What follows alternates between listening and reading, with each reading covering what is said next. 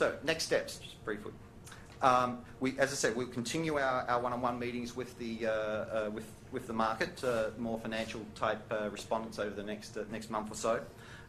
We will use the feedback to inform our risk allocation, contract packaging, procurement methodology, essentially the legs of the stool, if you will, of value for money analysis. In particular, one of the things we're going to be doing into the new year is responding to a lot of the feedback that we got regarding providing project data as early as we can, and in particular geotechnical project data. This is work that has been performed and is continuing to be performed right now. There is a lot of geotechnical data available. It's an important item because it's certainly identified, if you like, as one of the major risks of the project. And one of the things we would like to do, and perhaps more so than on any other project in the country, is reduce the number of unknowns that we have in respect to geotechnical risk as quickly as we can. And so this data room is going to be an important step for us into 2019. So more work to do, but it's certainly the industry is engaged, and we continue to have an ongoing dialogue with the market on our RFI process. Thank you, trustees. I'll hand off to Steve. Thank you. Thank you. Thank you, Frank. So today, I'm going the wrong direction. There we go.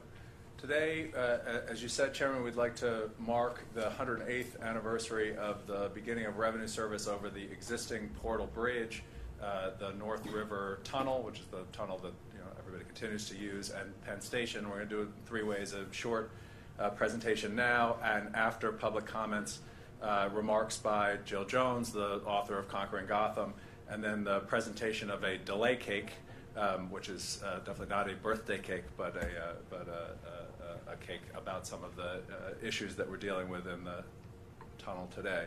So in 1910, when this started, it immediately had significant passenger traffic, 100,000 visitors in the new Penn Station on day one. The reasons for the construction of the existing tunnel were the same then as they are now, which is to connect New York City to the rest of the country, to connect this, the heart of the nation's economy, to the rest of the United States. Some things have changed and some things have remained the same. So the number of trips and passengers has increased dramatically. The number of trains, is quadrupled. The number of passenger trips a day, more than 20 times. 650,000 visitors a day as opposed to 100,000 visitors. But we are still using the existing Portal Bridge and Hudson Tunnel to feed all of that. Even in 1910, there were immediately problems with the Portal Bridge failing to close, and it still does today, as those of us who use it felt a lot just a couple of weeks ago. And there was one track in and one track out to feed all of the traffic that comes in and out of Penn Station and through the rest of the Northeast Corridor. The goals were the same then: a safe and reliable transportation for inner-city travelers and for the up and down the corridor. But obviously, there's been a lot of growth in the population that these existing assets are serving.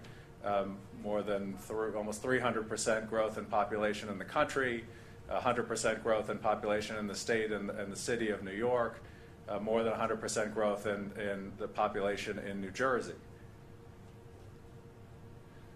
Transportation has evolved. In 1910, the planes were the existing Wright brothers. I think it was the Model B. This is one of the initial Fords in 1910 and a Ford today. And the Pennsylvania Railroad cars that initially serviced the bridge and tubes and Pennsylvania Station and the trains that we see today. So there's been enormous growth in the population being served, in the needs, in the ridership, and evolutions in transportation. But what there hasn't been growth in is the assets that are serving those. The Portal Bridge and the one track in, one track out tunnel in Penn Station that we use today are the same that were used in 1910. And so what we're doing today is marking that by way of looking forward in the knowledge and hope that we will build a 21st century reliable, safe bridge and tunnel system to serve the needs that we have today. So thank you very much. Thank you, Frank and Steve. I now believe we turn to the public comment portion of our meeting. I'm speaking slowly because I'm waiting for the actual list of speakers to be delivered. It has now arrived, and so we can officially turn to the public speaker portion of our meeting. Today we have 3 registered speakers. In order to give everyone an opportunity to be heard, we request you limit your comments to 3 minutes. The first speaker is Christopher Boylan from the General Contractors Association.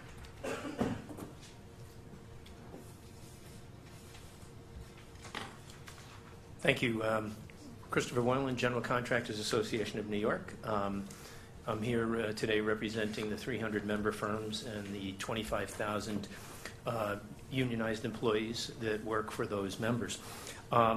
Just 3 quick things. First, I want to thank Chairman Cohen. This past month, he was kind enough to join a group of General Contractors Association members and talk about the project, and I think it was a very constructive dialogue. It was very well received and much appreciated. Well, thank you for having me. And thank you for being there. We'd also like to commend the board and the staff for not only inviting written comments to the RFI, but to inviting us in to spend an hour and a half or so with, I hope, follow-ups about how to structure the project best.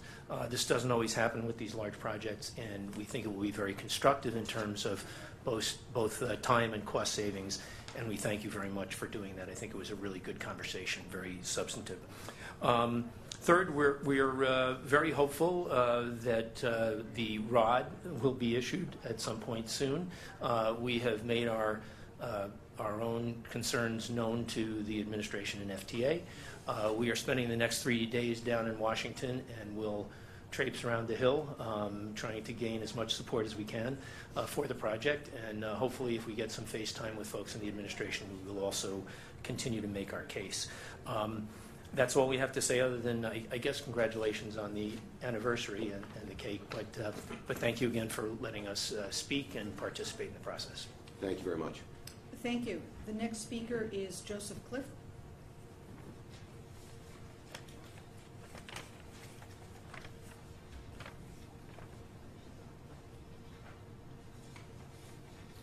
Good morning. Morning. I got my copy signed today.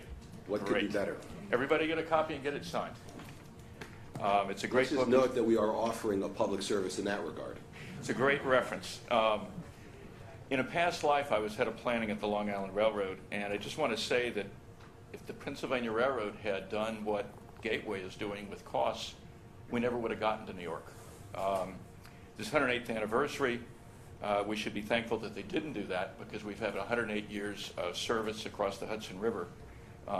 And the trustees need to take a hard look at the way the project is going now. You're going to spend $17 billion without a single additional peak hour train. That's the objective of this project, in addition to reliability and resiliency. And you don't have it in $17 billion, and that is a fatal flaw of the overall project. Specifically, to Mr. Kosha, finally got information from your folks, and it turns out that in 2018, there were 8 round-trip boat movements past Portal Bridge, 8 in 12 months. 10 in the 10 months of 2017, 10 in the 10 months of 2018. The bridge is opened once every 37 days for a boat to go through. And I call this Portal North, you're building an expressway bridge over a puddle. It's really ridiculous. It's not affordable. It should be changed. And the second is the propaganda that's come out from Gateway that the problems are all external. They're not. They're internal. It's the timing of openings by Amtrak for maintenance and inspection. It's the fact that they don't try to manage the movement of boats by putting greater restrictions on. There was an article, editorial in the Daily News yesterday. And basically, you're not doing and you're not maintaining the bridge. Those are internal controls. The idea that it's external, that's the problem, is not true. And for Mr. Cohen, these two projects, Hudson Tunnel Project and Portal North Bridge, are both dead on arrival in Washington, not because of the administration that's there. The Hudson Tunnel Project, 88% of your money you want to come from the feds. There's a 50% limit currently. You're way over it. And no project has ever gotten that high an amount of money, either in dollars or in percentages. It's going to be DOA. You're not going to get, and I misstated it here, you're not going to be able to move to the design phase because of that problem. Portal North Bridge does not achieve the minimum 10% increase in peak hour seats into New York. You've already made the, New Jersey Transit's already made the improvements. Thank you very much. And so you're not going to get that 10%. You don't qualify for the $800 million capital improvement core capacity grant. Those two projects need to be rethought. And that takes me to Mr. Zarrow. You, sir, are responsible most for worrying about getting more capacity as soon as possible. And that means redesign. Please take a hard look at this, redesign it. If you don't, you're just going to move forward and nothing's going to happen. Thank you. Thank you. Thank you. The next speaker is Danny Simons of the Regional Plan Association.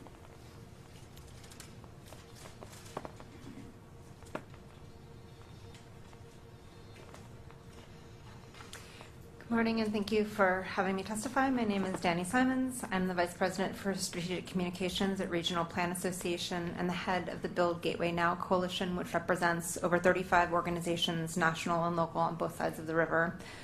Over the past many months, we've started to organize the folks that rely on the Hudson River Tunnel, Portal North Bridge, and other components of the Gateway program. We've gained over 2,000 followers on Twitter and developed an email list of over 1,000 people.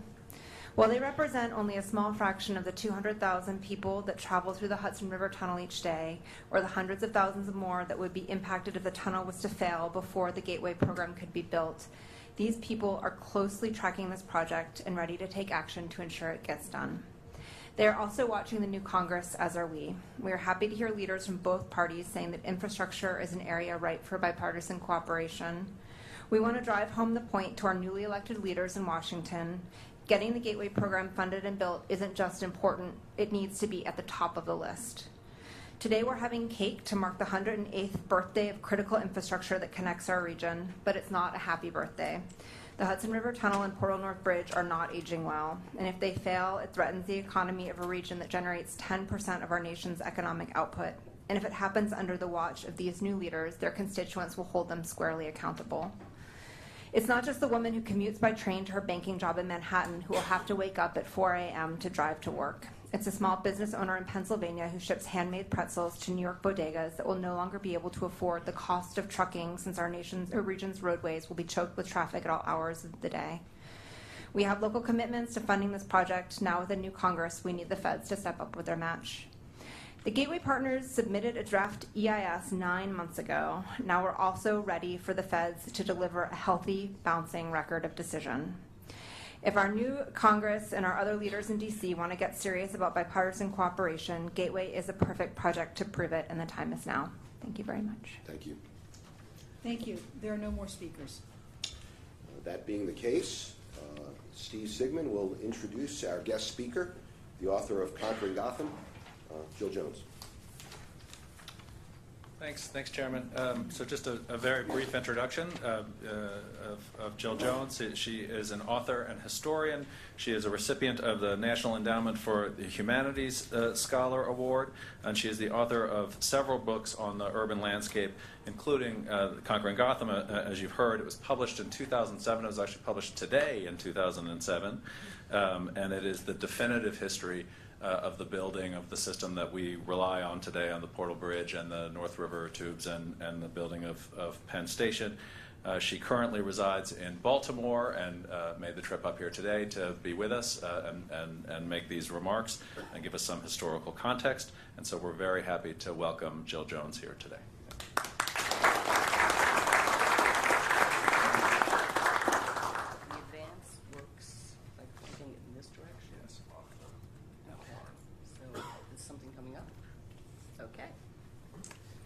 Well, the title sort of says it all, the travails of the tunnel, and this is an amazingly resonant historical situation. many people here have read this book, and I will say when my book came out in 2007 that many people, when I was out promoting the book, would say, well, so whatever happened to the tunnels? And I said, well, you're still going through them except in Amtrak trains, and they were actually quite taken aback by that.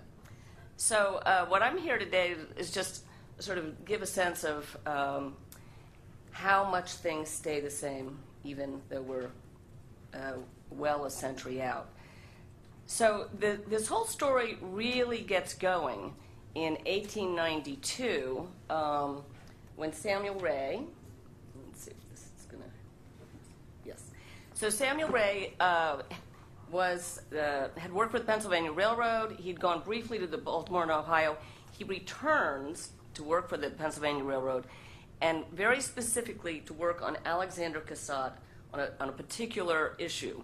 And Alexander Cassatt had been a very high-level vice president, retired, but was now on the board of the railroad. And the thing that he was very preoccupied was solving this issue of how their passengers came into New York City. And there were really 5 options. Now, to understand those options and why they were really even looking at them, it starts by looking at this picture and realizing this is where everyone who got off a Pennsylvania Railroad train in Jersey City got off and headed to the ferry.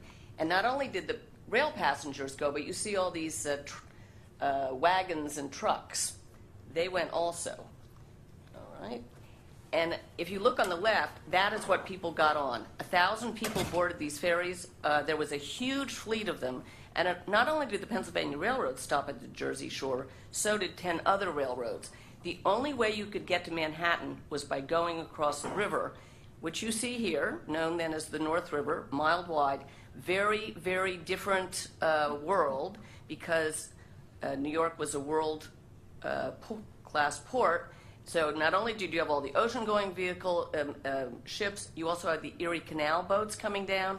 You had tons of ferries. You had boats doing everything on the water. And in this era, long before climate change, I should also say that the river would freeze, and that would just stop everything. So as if this situation was not bad enough, when you got into Manhattan, this is what you got off into, West Street. So you can imagine what it was like as a passenger to get yourself across this, and just imagine adding in like a day of rain or snow or what have you. So understandably, Cassatt, who actually had set up the entire ferry system, was very unhappy about this, and they were just really determined to do something about it. So these were the options in 1892 as Ray and Cassatt are thinking about this. One is that the trains would just keep on going onto a ferry with tracks. They would go across the river, get onto more tracks, and come into what would be presumably a very nice train station. You can see that's a bit unwieldy and doesn't solve a lot of the problems, for instance, ice. The path tunnels had been begun, and they were had so many accidents and troubles, they were never finished, and it was a widely held belief that they were not viable. However, that was another thought, well, maybe we can finish the path tunnels. The problem was you'd have to get off the train, and that still didn't seem that great. The other thought was maybe we can build different trolley tunnels. Again, not so appealing. It was a very convoluted plan to come via Brooklyn, which I won't go into. And then the final thought was that they would build what was known as the North River Bridge. But in 1893, so just a year into this serious consideration, there was a dire financial panic, and it was followed by a long depression. So everything about building something, just was dropped. Eventually, the economy comes back, and by the late 1890s, it's really roaring. And the Pennsylvania Railroad is actually overwhelmed. They do not have the capacity, this may sound familiar, to handle their passengers, not to mention all the freight. Let's see if we can make this work. So, once again, the North River Bridge, which you see here, is under consideration. And it was really the design and brainchild of a engineer named Gustav Lindenthal, and he had in the meantime secured a federal charter for this bridge. What that meant is that all the railroads would have access to it, and this would include the Vanderbilt's New York Central Railroad, which already had access to Manhattan and entry into Grand Central. So the Pennsylvania Railroad took the lead on this, and their assumption was that all of the other railroads would pony up and participate in this. And in fact, the Vanderbilts were stepped forward and said they would, because they were also over capacity. The Pennsylvania Railroad was the most powerful, richest corporation in America, owned by stockholders. The management took enormous pride in doing everything with great excellence, and they were always wanting to be technologically at the forefront, and whatever would make their trains and their passengers the best, they wanted to do that. So to them, bringing their passengers in this way really made sense. And it would also allow these other trains to operate, sort of at a similar standard. So by the time it's mid-June of 1899, Alexander Cassatt now becomes president of the Pennsylvania Railroad, because he's viewed as this genius, correctly, who can address these really significant problems that the railroad has in terms of capacity. So they're all out for this bridge. It's going to have 14 train and trolley tracks, numerous pedestrian and carriage lanes. It was going to soar over the North River, and it would touch down in Manhattan and come. The tracks would lead to a gigantic and glorious Union Station at 35th and 7th Avenue.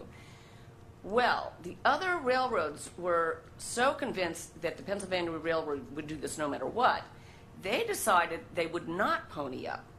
And once the Vanderbilts saw that, they thought, well, since this is not going to happen unless we participate, we are not going to participate, because why should we help our greatest rival? The Pennsylvania Railroad and the New York Central, those were the two great rival railroads. So that was it. The Vanderbilts pulled out and killed the project. And again, you can sort of see a certain parallel with ARC. Everything's going along. Everyone thinks it's going to happen, and then suddenly it all, comes to an end. So Cassatt and Ray are just devastated. But they have made this decision that they are not going to put all of Pennsylvania Railroad money into something that would be available to everyone. So Cassatt goes off to Europe. He's got to raise money for all these other expansions that are going on. While he's there, Ray says, go look at the new Gare d'Orsay. They have all these electric trains coming in by riverside tunnels. Cassatt looks. He spends several days. He is, really a railroad engineer of supreme ability himself, and he concludes that this is possible. He goes immediately to London, gets Charles Jacobs, the preeminent subaqueous tunnel engineer of the day. They go very quietly back to Manhattan, where there's many secret testings of the Hudson River bottom to see, is it in fact feasible to put this big of a tunnel with these huge of trains going through it? And Jacobs says yes. Okay, so they now have an entire new plan, and one of the beauties of this plan is only the Pennsylvania Railroad has access. All those other railroads that were not willing to pony up for the bridge are not going to have access to this tunnel. So next we come to the politics and just pure good fortune. New York at this time was run by Tammany boss William Croker. The Pennsylvania Railroad was going to have to get a state franchise and a New York City franchise. State franchise, no problem. The Republican boss took care of that up in Albany. However, New York City is a whole other issue. And fortunately for the Pennsylvania Railroad, the Tammany mayor very secretly had managed to double the price of ice in the slums, and this was revealed by the New Hearst papers. So, next election, a very rare thing happens. A reform mayor, Seth Low, who you see here up on the right, former president of Columbia University, is elected. And he believes in good government, and he believes that things should be built because they're good for the citizenry. So Cassatt comes to see him, and they are very much in agreement about this. And Seth Loeb promises that he will do his absolute utmost to get this franchise through, because Tammany has quietly let it be known that they would expect $300,000 in bribes before the Board of Aldermen, which has 79 members, most of them Tammany sorts, was not going to pass this without that kind of what was known as boodle. And Cassatt had made this decision. He was not going to do that. So everyone in Manhattan sort of sits back and thinks, this is going to be interesting. And on January of 1902, Cassatt shows up at City Hall, meets Mayor Lowe. They agree this is going to be clean, above board, and, they are not paying these bribes. So the franchise bill is introduced. It is promptly sidelined into a committee, and it sits there for many, many, many months. The summer comes, the summer goes. There are occasionally hearings. And the ostensible sticking point is, of course, not the bribes. That's never mentioned. But this desire on the part of Tammany to get written into the franchise a guarantee that every worker would have an 8-hour day and be paid $2 a day for this. And the Pennsylvania Railroad would always respond, well, there is a court ruling that prevented anyone from writing this kind of thing into a franchise agreement. So this, just goes round and round and round and round. Well, meanwhile, the businesses and actually the many labor unions of New York begin to realize that maybe the Pennsylvania Railroad was really serious. They were not going to pay these bribes. And so this, these coalitions begin to form of real estate, the labor unions, the hotels, the retail people, and they start applying pressure. And the magazines, newspapers, everyone is pulling together because they now remember that once upon a time, not that many years before, the Pennsylvania Railroad had pulled out of the North River Bridge. And so they really begin to worry that this whole thing they're going to be deprived of this incredible gift of transportation. So, as you see from this, there was enough public opinion, ultimately. By December 16, you will notice, if you can read at the very bottom of this, the Railroad Gazette on December 12 is really wondering, is this going to pass?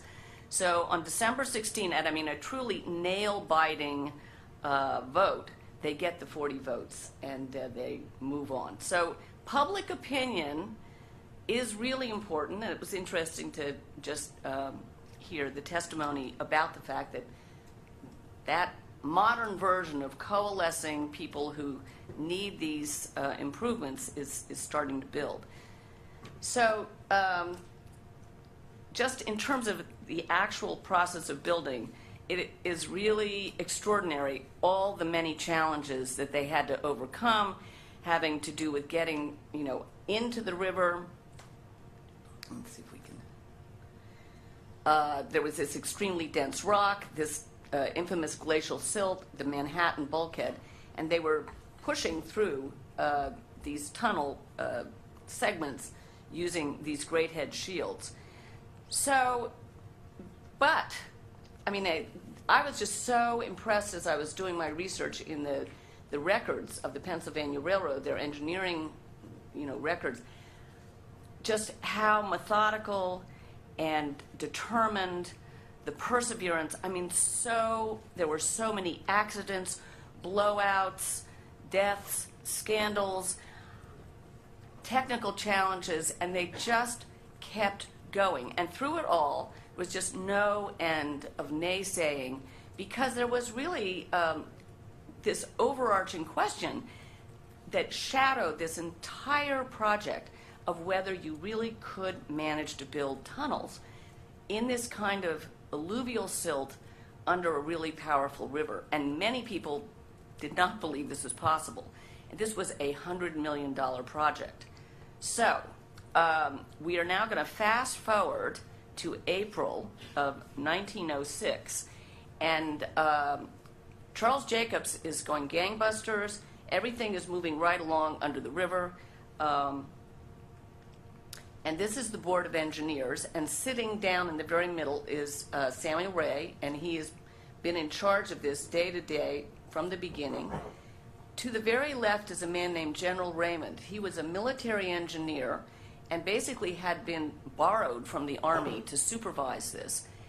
And in early April of 1906, he personally goes to Samuel Ray's house in Bryn Mawr outside of Philadelphia because he wants to tell him that it is his, General Raymond's, decided professional opinion that the as yet unfinished tunnels on the Weehawken side were shifting dangerously about in the river's infamous alluvial silt.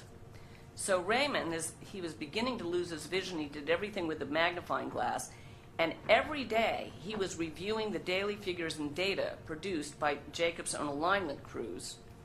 So every time they shoved another section of the tunnel forward in the river, these alignment crews would make sure that it was going the right way because the two tunnels were coming towards each other in the middle.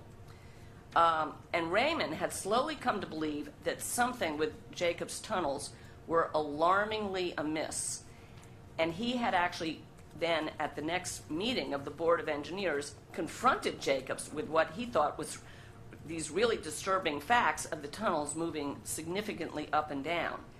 Now, both Alfred Noble, who was in charge of the Long Island Railroad tunnels, which were really a nightmare, and Jacobs scoffed, and they said they just totally dismissed this, and they weren't even going to include this in the minutes of the meeting. So Raymond said, then I am going to go and tell Ray myself. So after Ray meets with Raymond, he writes to Cassatt this confidential letter, and he says that what he had found is that in the Weehawken tunnels there had been a rise about 2 feet in one place. This is alarming, and that this could be fatal to the stability of the structure. At this point, the Pennsylvania Railroad had already invested $80 million in a project that was despised by their stockholders because the stockholders saw no reason that their passengers could not just continue to get onto ferries. So this does not end quickly. But meanwhile, Jacobs presses ahead, and what they decide to do is to have these very heavy sections of the tunnel. In any case, let us just say that, let's see, hold on, they're successful in getting the tunnel finished, and a year later what they finally figure out is that the tunnels are moving because of the tide. So no one had a clue. This was nature. And as you know, 108 years ago, station opened, very beautiful, but it was not designed for heavy commuter use, still a problem today. However, one of the great things is that things are moving right along. So, the first time around it was all about just perseverance and believing that what you were doing was just incredibly important. So these new things are coming along. So I just want to say in my last minute that I have that these two statues of Cassatt and Ray stood in Pennsylvania Station. Samuel Ray, as many people probably don't know, now stands outside of Pennsylvania Station looking at the traffic and the taxi stand. Cassatt is back in Pennsylvania at the Railroad Museum in Strasbourg. And I really would like to advocate that these two men get a better station of honor in whatever is coming, because without them, there would not be this, what we are using today, and thoughts about what needs to happen in the future. And I think also everyone here who feels, disheartened by how long things take, how many naysayers there are, how difficult things are, how many disappointments there are, can turn around, read that quote about just the importance of having a big vision and having the fortitude and really the spirit to see it through. So I hope this, knowing the difficulties the first time around makes everyone here realize that you are still engaged in such important work. And, if they could do it, so can you. So I look forward to riding in the new tunnels, in sometime in the future. Thank you.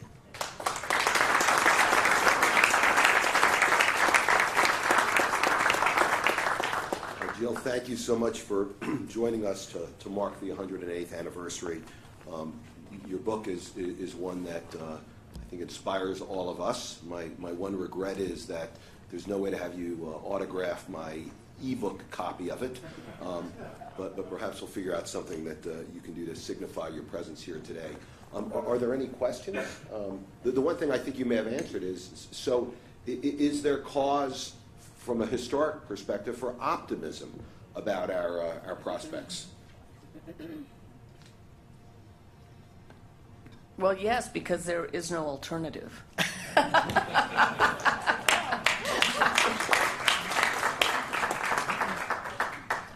Again, thank you so much. As there are no action items before the board today requiring a vote and no further business to come before the board, we will be adjourning the meeting. We will, however, be marking the 108th anniversary of the Portal Bridge and North River Tunnel with a cake. It's one of the great mysteries to the trustees as to whether or not there actually is a cake or whether this is truly a symbolic concept. And so our questions, I think, are about to be answered. So thank you for the setup, Chairman. There is a cake, and that cake is coming out right now. As Danny Simons of the Build Gateway Now Coalition said, this is not a happy birthday cake. It is the opposite of that. It is marking an anniversary of a workhorse in the Hudson tunnels that long ago should have had relief. You can see some of the cake's features, which are it's an artist's rendering of the portal to the existing Hudson tubes. One is blocked off, which too frequently happens, of course, and all of us have experienced that. The other tube, which is we're experiencing single tracking that day, has trains stacked up, waiting to get in. So the alerts that you get that started at 20 minutes, now it's probably at about 90 minutes, given the amount of trains stacked up. And not exactly true to life in terms of where it is, but we have frustrated passengers. Of course, all of us have experienced that, and 200,000 people a day are experiencing that frustration. Not just when a condition like this happens, but really on almost a day-by-day condition. The train I took in this morning from Maplewood, which is supposed to take 35 minutes with no problems, no alerts today, took 55 minutes, and that's just sort of a matter of course at the moment, and that's not really a condition that we can continue to support. So the cake is really a representation of all that we need to do to fix the problem, and that's what we're doing to try to move Gateway forward. So we're gonna light one candle for the cake. It's going to be a candle for luck, in the hope that by next year we'll be celebrating more with the confidence that we're building a 21st century reliable, safe replacement to this incredible workhorse. So, let me make two comments, even though I shouldn't, but I just can't help myself. The first is I'm not a big believer in these kind of symbolic displays, although I happen to love the Passover holiday, which is nothing but about symbolism. So I can't help myself but saying it's the cake of our affliction. And my second point I will make, because I see Aronson getting all twitchy out there, he thinks cake, and I'll answer the question I know he was going to ask in the gaggle later. No, nothing to do with any kind of Zarrow bakery or any kind of Zarrow enterprise. So without further ado, light it up. Would you guys like to come down? Do I have to? Yeah. And I'll say that with the lighting, we are adjourned. Yay.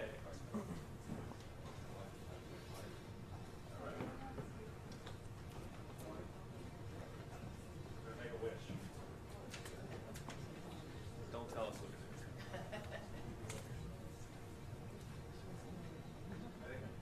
Made your wish? Oh, I got my wish. All right. 3, 2, 1. Oh, we're supposed to blow it out? You are, this is your, you blow. We'll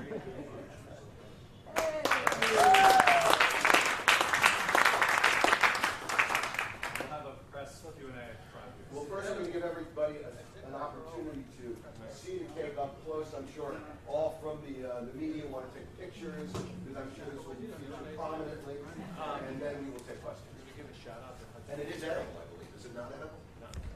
It is edible.